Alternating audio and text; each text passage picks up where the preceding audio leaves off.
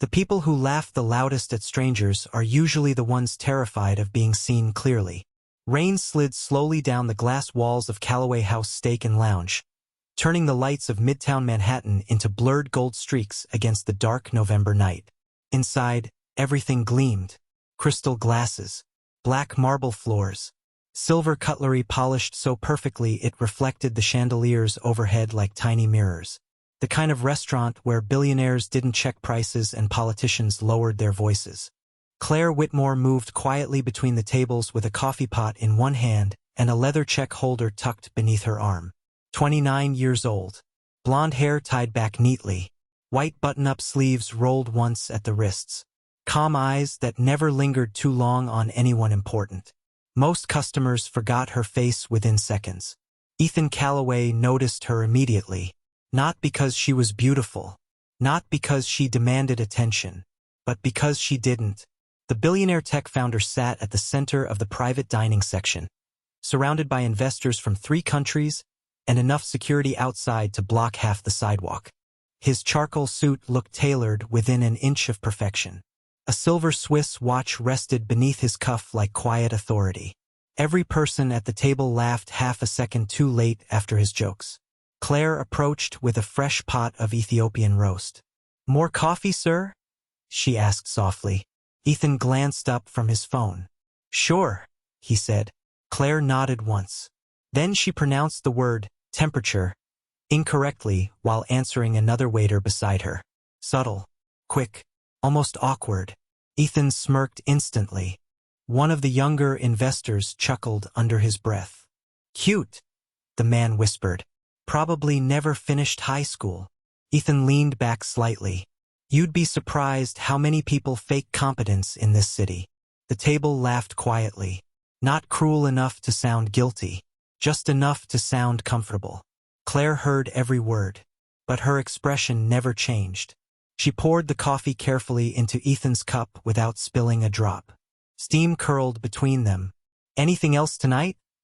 she asked. Ethan didn't look at her this time. "No, sweetheart. We're good." Claire gave a small nod and turned away. The pianist near the bar drifted into a slow jazz standard while rain tapped softly against the windows. 30 minutes later, the atmosphere inside the restaurant shifted. A late guest arrived unexpectedly. Tall, Russian, expensive wool coat still damp from the rain. One of Ethan's international partners stood immediately to greet him. The man spoke in rapid Russian the moment he sat down, assuming privacy inside a room full of Americans. Ethan answered with only a few broken phrases before switching back to English. "My translator canceled," he muttered with annoyance. "Fantastic." The Russian investor kept speaking, visibly frustrated now. "Faster. Sharper."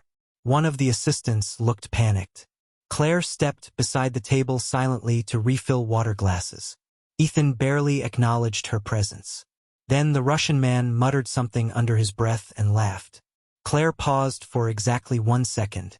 Her hand rested lightly against the glass bottle. And in flawless Russian, smooth enough to sound almost native, she said quietly, "He said your competitors already know about the Singapore deal." Silence fell over the table so suddenly even the piano seemed distant. Ethan looked up slowly, really looked at her for the first time all night. Claire continued pouring the water calmly, as if nothing unusual had happened at all. The Russian investor stared at her in disbelief. Ethan's smile disappeared. Outside, thunder rolled somewhere far above Manhattan. And for the first time that evening, nobody at the table looked at Claire Whitmore like she was invisible. The silence at Ethan Callaway's table lasted longer than anyone expected. Not awkward silence. Dangerous silence. The kind that makes people suddenly aware of the sound of ice shifting inside their glasses. Claire Whitmore finished pouring the water as if nothing unusual had happened. Her posture remained relaxed.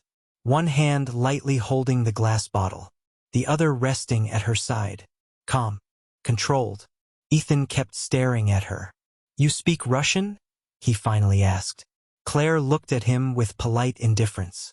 Enough to understand when someone mentions a confidential business acquisition out loud in a crowded restaurant. Across the table, One of the investors nearly choked on his drink. The Russian businessman narrowed his eyes. "Where did you learn?" he asked in Russian. Claire answered without hesitation. "St. Petersburg first, then Moscow. But your accent sounds more Novosibirsk than either." The man blinked twice, completely caught off guard now. Ethan slowly set down his espresso cup.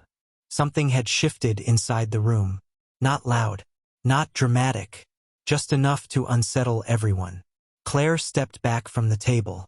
"Would you like another bottle of sparkling water?" Ethan ignored the question entirely.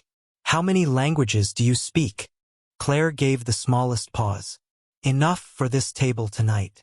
Then she walked away toward the kitchen. Ethan watched her disappear through the swinging doors, while rain continued sliding down the windows behind him. The billionaire had spent most of his adult life reading people quickly. Investors, politicians, competitors, journalists. He trusted instinct more than resumes. But the waitress had just dismantled his first impression in less than 10 seconds. And he hated surprises. 10 minutes later, another group arrived in the private section. International guests connected to one of Ethan's European companies. German, Japanese, Emirati. The kind of dinner where every sentence carried money behind it. Claire returned carrying a tray of glasses balanced perfectly across one arm. Ethan noticed something now that he had missed before. She never rushed. Every movement felt measured, deliberate, like someone who understood exactly how much space she occupied in a room. The German executive thanked her in German as she placed his drink down.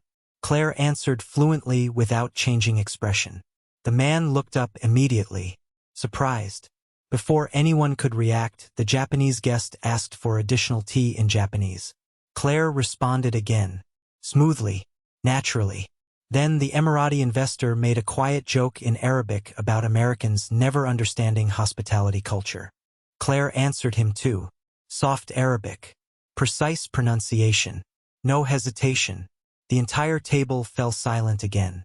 Ethan leaned back slowly in his chair. His fingers brushed against the silver watch beneath his sleeve. "Interesting party trick?" One younger associate muttered, trying to laugh it off. Claire looked at him kindly. "Languages are not tricks," she said. "They are usually the only way strangers decide whether to trust each other." Nobody responded to that. The pianist near the bar changed songs. Slow piano notes drifted through the restaurant like falling snow. Ethan studied Claire more carefully now. Her uniform was simple, her makeup almost non-existent. No expensive jewelry, no attempt to impress anyone. Yet somehow she carried herself with more composure than half the executives seated at his table. One of the French investors smiled suddenly. "Alors, mademoiselle, vous parlez français aussi?" Claire turned toward him. "Oui," she answered gently. "Mais seulement quand le café est bon." The Frenchman burst into laughter. Genuine laughter this time. Even Ethan smiled slightly before catching himself. Claire collected 2 empty glasses from the table. "Excuse me," she said softly. Then she walked away again beneath the warm amber lights of the restaurant. Ethan watched her until she disappeared near the wine cellar hallway. For the first time that night, the billionaire no longer looked amused. He looked unsettled. Because somewhere between the Russian warning and the effortless French joke, Ethan Calloway realized something deeply uncomfortable. The waitress had been controlling the room for the last 20 minutes. And she had done it without raising her voice once. By 10:45 that night, Ethan Calloway had stopped listening to half the conversation at his own table. The investors continued talking numbers, acquisitions, market expansion, all the usual language of people who treated billion-dollar decisions like dinner orders. But Ethan's attention kept drifting toward the far side of the restaurant where Claire Whitmore moved calmly beneath the amber lights. She never inserted herself into conversations, never lingered longer than necessary, yet somehow every room adjusted around her presence without realizing it. Ethan hated that he noticed. One of his associates leaned closer. "You think she memorized those languages from some online course or something?" Ethan took a slow sip of espresso before answering. "Nobody switches accents that naturally from online videos." The younger man shrugged. Still strange for a waitress. Ethan did not respond, because that was the problem. Nothing about Claire made sense anymore. Across the dining room, Claire stopped briefly beside an elderly couple celebrating an anniversary. Ethan watched her kneel slightly to hear the woman better over the piano music. The old woman smiled immediately after Claire spoke. Whatever she had said made both of them laugh softly. Then Claire disappeared toward the kitchen again, carrying empty plates balanced carefully in both hands. "You are staring," the French investor said with amusement. Ethan looked away instantly. "I am observing." "Ah," the man smiled.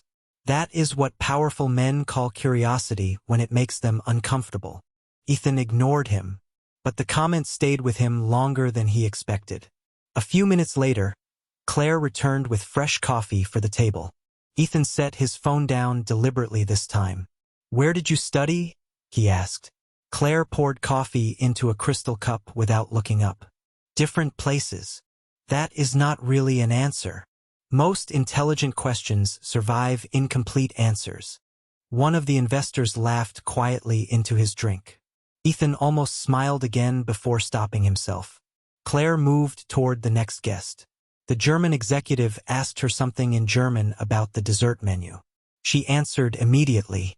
Then the Japanese investor complimented the restaurant in Japanese. Claire thanked him politely in the same language. Ethan watched the reactions carefully now. Every person spoke to her differently after hearing their own language return to them. Softer, warmer, more human. It was subtle, but undeniable. Then Ethan noticed something strange. Claire occasionally stumbled over simple English phrases with other staff members. Tiny mistakes, missing articles, slightly awkward pronunciation. But every foreign language sounded elegant and exact. Ethan narrowed his eyes. That was not accidental. Claire placed the coffee pot back onto the silver tray. Ethan spoke quietly enough so only she could hear him. "You did that on purpose earlier." Claire looked at him calmly. "Did what?" "The pronunciation mistake." Her expression remained unreadable. "I do not know what you mean." Ethan leaned back slowly. "You wanted people to underestimate you." For the first time all evening, Claire paused before answering. Not nervous, not offended, just thoughtful. Then she gave a faint smile that disappeared almost immediately. "People reveal themselves faster when they think you are beneath them," she said softly. The sentence landed harder than Ethan expected. Around them, glasses clinked gently. Rain continued against the windows. Somewhere near the bar, the pianist shifted into a slower melody. Ethan studied her face carefully now. No arrogance, no need for revenge. She was simply stating something she had learned a long time ago. "And what did I reveal?" he asked quietly. Claire met his eyes for 2 steady seconds. "That depends," she said. "Do you usually laugh before or after you understand someone?" Ethan felt something unfamiliar then. Not embarrassment exactly. Something quieter. More uncomfortable. Claire adjusted the tray against her hip. "Excuse me," she said politely. Then she walked away again beneath the warm restaurant lights while Ethan remained completely still in his chair. Because for the first time in years, someone had looked directly through the billionaire instead of at him. And somehow, that unsettled him more than any business rival ever had. The rain outside had softened into a quiet silver mist by the time the tension finally reached Ethan Calloway's table. Midnight approached slowly inside Calloway House Steak and Lounge. Most guests had already left. The chandeliers reflected against polished marble floors while waiters cleared empty glasses with lowered voices. But the private dining section remained alive with nervous energy. A major international contract sat unfinished between 5 men who suddenly no longer trusted one another. The Japanese investor spoke sharply across the table, his tone controlled but visibly frustrated. The German executive answered defensively. The Emirati businessman checked his phone repeatedly while muttering under his breath in Arabic. Ethan listened carefully, jaw tight beneath the warm amber lights. Something had gone wrong in translation. One phrase, one misunderstood condition buried inside the final agreement. And now a deal worth almost $3 billion was quietly collapsing over dessert plates and unfinished whiskey. That is not what we agreed to in Tokyo, the Japanese investor said firmly. Your legal team altered the interpretation. No, the German executive replied immediately. The wording was always there. The wording changed in English, the investor answered. Not in Japanese. Ethan rubbed a hand across his face slowly. The room felt smaller now, hotter. One misunderstanding was all it took to destroy months of negotiation. The younger associates stopped talking completely. Nobody wanted to interrupt. Nobody wanted responsibility. Then, beside the table, Claire Whitmore quietly replaced an empty water glass. Ethan looked up instinctively. So did everyone else. Claire immediately noticed the tension. Not because of the raised voices, but because silence had disappeared from the room. Powerful people only interrupted each other when control was slipping away. She glanced briefly at the open contract near Ethan's hand, then at the Japanese investor, then back to Ethan. May I ask a question? She said softly. Ethan stared at her for 1 second before answering. Go ahead. Claire looked toward the Japanese investor respectfully. When your team translated subsection 14, did you interpret partnership authority as operational authority or advisory authority? The investor blinked in surprise. Operational, he answered instantly. Claire nodded once. Then she looked at the German executive. But in German legal structure, advisory authority can imply strategic influence without direct control. The German man slowly sat back in his chair. Yes, he admitted quietly. Claire reached toward the contract carefully. The issue is not the agreement, she said. It is the cultural meaning attached to the same sentence. Nobody spoke. Even the piano near the bar seemed distant now. Claire continued calmly. In Japanese business culture, operational authority suggests responsibility and accountability together. In German corporate structure, advisory authority can remain symbolic. Ethan watched her closely. Every person at the table did. Claire switched smoothly into Japanese for several sentences, explaining the nuance with precise politeness. Then she turned to German and clarified the legal intention from the European side. Seconds later, she answered a concern from the Emirati investor in Arabic before translating the emotional tone behind the misunderstanding back into English for Ethan. The transitions were effortless, natural, like watching someone move through different versions of reality without hesitation. Nobody interrupted her. Nobody even touched their drinks. Claire stood quietly at the center of the room holding nothing except a leather check folder against her waist while billionaires and executives listened to her like diplomats around a peace table. Ethan realized something then that unsettled him deeply. Claire was not simply multilingual. She understood people before they spoke. The Japanese investor finally exhaled slowly. That interpretation makes more sense, he admitted. The German executive nodded in agreement almost immediately afterward. Tension drained from the room so visibly it felt physical. One by one, shoulders relaxed. Phones lowered. Glasses lifted again. The deal had survived. Ethan remained silent longer than everyone else. He looked at Claire standing beneath the golden restaurant lights while rain shimmered softly beyond the windows behind her. Hours earlier, he had laughed when she mispronounced a single English word. Now entire international negotiations had stabilized because she understood 5 languages better than anyone seated at the table. Claire adjusted the check folder lightly in her hands. Would anyone like fresh coffee before the kitchen closes? She asked softly.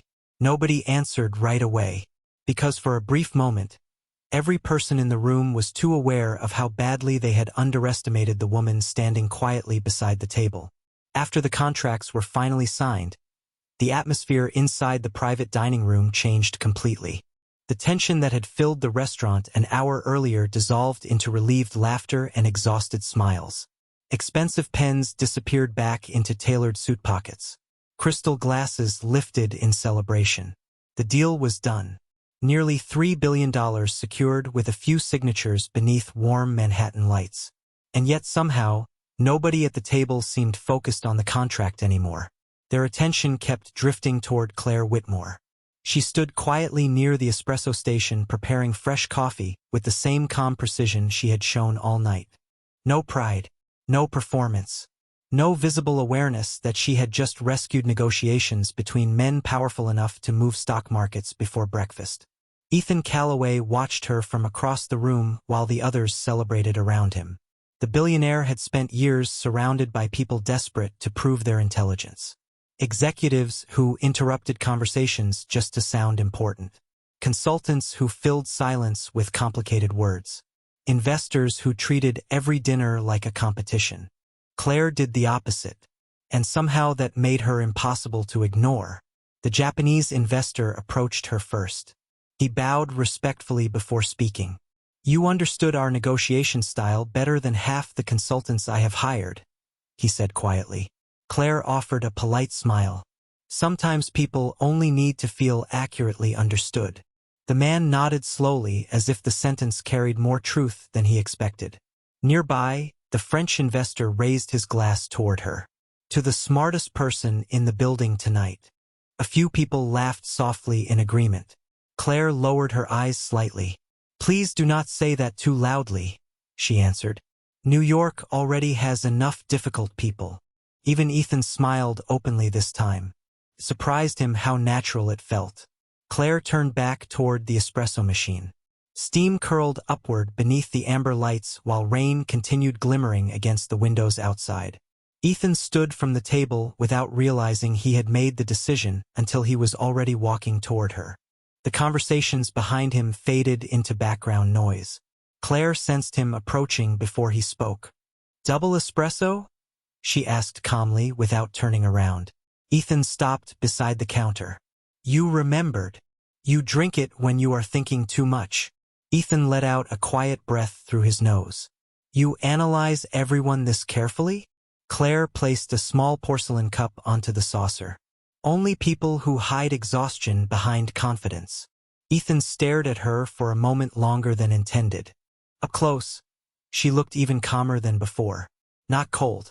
Not distant, just deeply self-contained, like someone who stopped needing approval a long time ago. "You should not be working here," Ethan said finally. Claire handed him the espresso gently. "Why?" "Because people with your abilities usually run companies. Or governments." Claire looked down briefly at the steam rising from the cup. "And yet most of them still do not know how to listen." Ethan had no immediate response to that. The piano near the bar shifted into a slower melody. Somewhere in the kitchen, dishes clinked softly as closing staff cleaned for the night. Claire leaned lightly against the marble counter. "Do you know what the strange part is?" she asked quietly. Ethan looked at her. "What?" "Tonight was the first time anyone at your table asked me a real question after hearing me speak." Ethan frowned slightly. "What do you mean?" Claire met his eyes. "Most people only become curious about intelligence after it embarrasses them." The sentence settled heavily between them. Not cruel. Not accusing. Just honest. Ethan looked down at the silver Swiss watch on his wrist without thinking. The old watch reflected softly beneath the golden light. Claire noticed it immediately. Her eyes rested on the worn leather strap for 1 second too long. Then she spoke before Ethan could say anything. "That was your father's watch," she said softly. Ethan looked up sharply. Claire continued studying the espresso machine as though discussing the weather. "You keep the strap unreplaced even though it is damaged," she added quietly. "People only preserve wear like that when the object matters more than appearance." Ethan stared at her in complete silence. Because there were only 2 people in New York who knew the watch had belonged to his father. And one of them had been dead for almost 15 years. For several seconds, Ethan Calloway forgot about the noise in the restaurant behind him. Forgotten conversations drifted somewhere beyond the espresso counter. Glasses clinked faintly. A waiter laughed near the kitchen doors. Rain whispered against the tall windows facing Lexington Avenue. But Ethan heard almost none of it. His attention remained fixed on Claire Whitmore. "How did you know about the watch?" he asked quietly. Claire wiped a porcelain cup with a clean white cloth before answering. "You touch it whenever someone mentions family." Ethan instinctively glanced down at his wrist again. She was right. He had done it earlier during the negotiations without realizing. Claire continued calmly. The leather is worn near the buckle because you wear it every day. But the watch itself is older than your public success, which means it belonged to someone before you. Ethan stared at her carefully now. You notice all this in a few hours? Claire gave a small shrug. Most people announce who they are constantly. They just think nobody is listening. Ethan let out a quiet breath through his nose. Somewhere deep inside him, something uncomfortable continued unfolding. Not humiliation anymore. Something closer to self-awareness. Claire placed another espresso cup onto the shelf. Your father mattered to you very much, she added softly. Ethan's jaw tightened slightly. He died before my company became successful. Claire nodded once as if she already understood. So the watch reminds you of who you were before people started applauding. Ethan looked away toward the rain outside. Manhattan blurred into silver reflections against the glass. He had spent years building a reputation strong enough to intimidate rooms before he entered them. But standing beside Claire felt strangely different. She was not impressed by wealth. Not intimidated by influence. Not even curious about fame. She simply observed him with the calm honesty of someone who valued truth more than status. Behind them, several investors finally began leaving the restaurant with handshakes and relieved smiles. The Japanese investor paused near the door and bowed respectfully toward Claire before disappearing into the rainy night. Ethan noticed it immediately. Powerful men almost never bowed to anyone, especially not waitresses. Claire checked the time on the small clock above the espresso machine. Kitchen closes in 12 minutes, she said softly. You should probably head home. Ethan surprised himself by answering honestly. I am not sure I want to yet. Claire looked at him for a brief moment. Not flirtation. Not sympathy. Just quiet understanding. You spend a lot of time around people who need something from you, she said. Ethan gave a faint smile without humor. That obvious? Very. She folded the white cloth neatly beside the counter.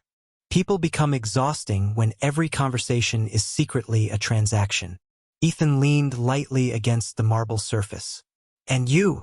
Claire tilted her head slightly. What about me? What do you want from people? For the first time that evening, Claire became completely still. The piano music near the bar softened into a slower melody, while the rain outside thickened again against the windows. Very little, she answered finally. That is why disappointment rarely reaches me. Ethan looked at her carefully. There was no bitterness in her voice. No sadness. Just acceptance earned through experience. You make that sound peaceful. Claire gave the smallest smile. It is quieter. The sentence lingered between them gently. Ethan noticed then how different the restaurant felt now compared to earlier that night. Hours ago he had sat surrounded by executives competing for his approval. Now he stood beside a waitress discussing loneliness beneath golden lights while Manhattan disappeared into midnight rain outside. And somehow this conversation felt more honest than most board meetings he had attended in years. One of the remaining waiters approached carefully. Claire, we are finishing section cleanup. She nodded politely. I will be there in a minute. The waiter walked away. Ethan looked down at the untouched espresso in his hand. Can I ask you something else? Claire rested her hands lightly against the marble counter. You have been asking questions all night. Why work here? Ethan asked quietly. With your intelligence, your languages, everything you clearly know, why this place? Claire looked toward the rain beyond the windows for several long seconds before answering. Because this is one of the few jobs where people accidentally show you who they really are. Then she picked up the empty espresso cups and walked calmly toward the kitchen, while Ethan remained standing alone beneath the warm restaurant lights, suddenly unsure whether he had ever truly understood anyone before tonight.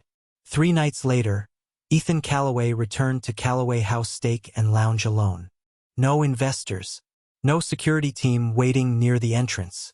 No assistants carrying tablets and schedules behind him. Just a dark wool coat damp from the December rain and the silver watch resting quietly beneath his sleeve. The hostess recognized him instantly and began leading him toward the private section automatically. Ethan stopped her gently. "No," he said. "The regular dining room is fine." The hostess looked surprised but nodded politely. The restaurant felt different without negotiations filling the air. Softer somehow. The piano near the bar drifted through slow jazz melodies, while couples leaned close over candlelight and waiters moved quietly between tables beneath warm amber chandeliers. Ethan sat near the window overlooking Lexington Avenue. Rain painted silver lines across the glass outside. For the first time in years, he arrived somewhere without wanting control of the room. His eyes searched for Claire almost immediately, but she was not there. Another waitress approached instead. "Good evening, sir. Can I start you with coffee?" Ethan glanced once toward the espresso counter. Empty. "Where is Claire tonight?" The waitress hesitated slightly. "Claire does not work here anymore." Ethan looked up sharply. "What? She left 2 days ago." Something inside him sank unexpectedly. "Did she say where she was going?" "No, sir." The waitress offered a small apologetic smile. "She just thanked everyone and left quietly after her shift." Ethan leaned back slowly against the leather booth. Outside, headlights blurred through the rain, while the piano continued somewhere near the bar. He realized then how strange the last few days had felt. Meetings had become harder to tolerate. Conversations sounded emptier. Every polished executive suddenly seemed rehearsed. Claire Whitmore had unsettled something fundamental in him without even trying. The waitress returned with black coffee and placed the cup gently in front of him. Alongside it sat a small folded receipt. "She asked me to give you this if you ever came back," the waitress said softly before walking away. Ethan stared at the receipt for several seconds before unfolding it carefully. Inside was no phone number, no goodbye message, just one handwritten sentence in neat blue ink. "Fluency is not speaking many languages. It is knowing how to treat people who owe you nothing." Ethan read the line twice, then a third time. Around him, conversations continued quietly beneath the golden restaurant lights. Glasses clinked softly. Rain tapped against the windows, but for several long moments, Ethan heard almost nothing at all. His thumb brushed unconsciously against the worn leather strap of his father's watch. He thought back to the beginning of that first night. The careless laughter at the table, the assumptions, the confidence with which he had reduced someone to a stereotype in less than 10 seconds. And he realized something deeply uncomfortable. Claire had never humiliated him. She had simply allowed him to reveal himself. Ethan lowered his eyes toward the coffee cup while steam curled slowly upward into the dim light. For years, he had believed intelligence announced itself loudly. Through titles, through wealth, through power. But Claire carried brilliance the way some people carried kindness. Quietly, without performance, without demanding applause. That was why she had changed the room every time she entered it. Not because she wanted attention, because she never needed it. Ethan folded the receipt carefully and slipped it into the inside pocket of his coat beside his wallet. Not with business cards. Not with contracts. Somewhere safer. The piano near the bar shifted into one final slow melody, while the storm outside softened into a gentle midnight drizzle across Manhattan. Ethan looked around the restaurant one last time before standing to leave. The espresso counter remained empty beneath the warm amber lights, but somehow the room still felt shaped by her presence. As Ethan stepped out into the cold New York rain, he realized the most unsettling part of the entire night had never been Claire speaking 5 languages fluently. It was the fact that the quietest person in the room had understood everyone better than they understood themselves.